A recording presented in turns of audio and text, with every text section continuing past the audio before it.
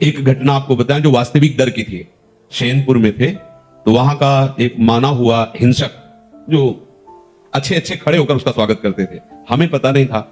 गंगा किनारे भ्रमण करते करते अभी 2-4 महीना हुए थे, वहां रुके। बहुत मंगलमय स्थान, भजन में स्वाभाविक रति हो। सांप बीछी तो वहां चीटी की तरह घूमते थे। 90 बीघा घनघोर जंगल अब भी है।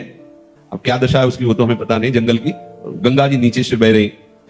तो एकदम जो प्रधान गेट था, श्री स्वामी मग्नानंद सरस्वती जी की तप स्थली, प्रधान गेट के पास बैठे हुए थे 2-4 वयोवृद्ध जन ऐसे प्रश्न कर रहे थे, ऐसे भगवत चर्चा हो।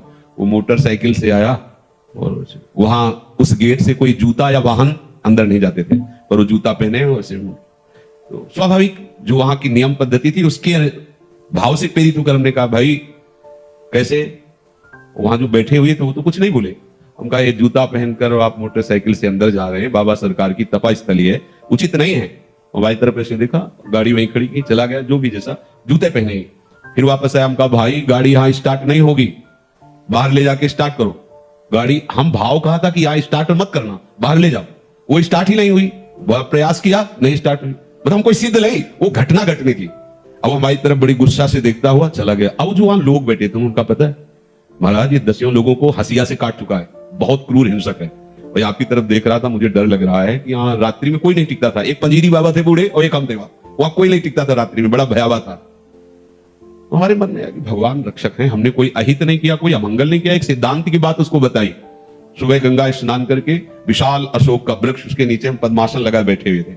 तो पत्तों में जो पैरों की खरखराहट होती ऐसा सुनाई दिया कि कोई नजदीक आ रहा है। तो आंख खोली, देखा वही व्यक्ति थे। एक बार तो मन बड़ा विचित्र होता है, एक बार तो ऐसा लगा। फिर आंख खोल के बैठ कर सामने आया, उसने कहा पहचाना? हम कहा आप वही हैं जिनको कल हमने रोका था कि आप है। तो बोले मुझे जानते हो? तो हम कहा आपको तो नहीं जानते, लेकिन आप हमें नहीं जानते होंगे।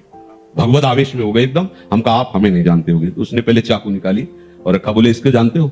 हाँ जान। फिर पिस्तौल निकाली, ऐसे रखा, बोले इसको जानते हो? हम कहा हमारे पास कमंडल रखा था, ऐसे खोला और गंगा जली। हम कहा इसको जानते हो? हम कहा केवल हम और तुम है, वृंदावन में है, एक शब्द का मिस्टेक ले। हम कहा केवल हम और तुम है, तुम्हारे पास अस्त्र है और सुना है तुम हिंसक स्वभाव के हो। तुम अपना प्रयास करके देख लो, एक बार हम अपना प्रयास करेंगे। गंगा जल केवल है, आप करके देख लो। और इस समय तो बहुत हल्के से बोल रहे, उस समय जो भगवत आवेश से बोले वो थोड़ी देर में अपने वो यंत्र तंत्र उठाए और भागते नजर आए। नमोस्तु वृंदावन जीवन। दोस्तों आज प्रेमानंद महाराज जी रोने लगे क्योंकि वे बीमार होने के बाद भी सत्संग कहते हैं, फिर भी उन्हें कोई लाइक और सब्सक्राइब नहीं करता। क्या आप लोग प्रेमानंद महाराज जी के लिए एक लाइक, एक सब्सक्राइब और कमेंट में राधे राधे भी नहीं लिख सकते?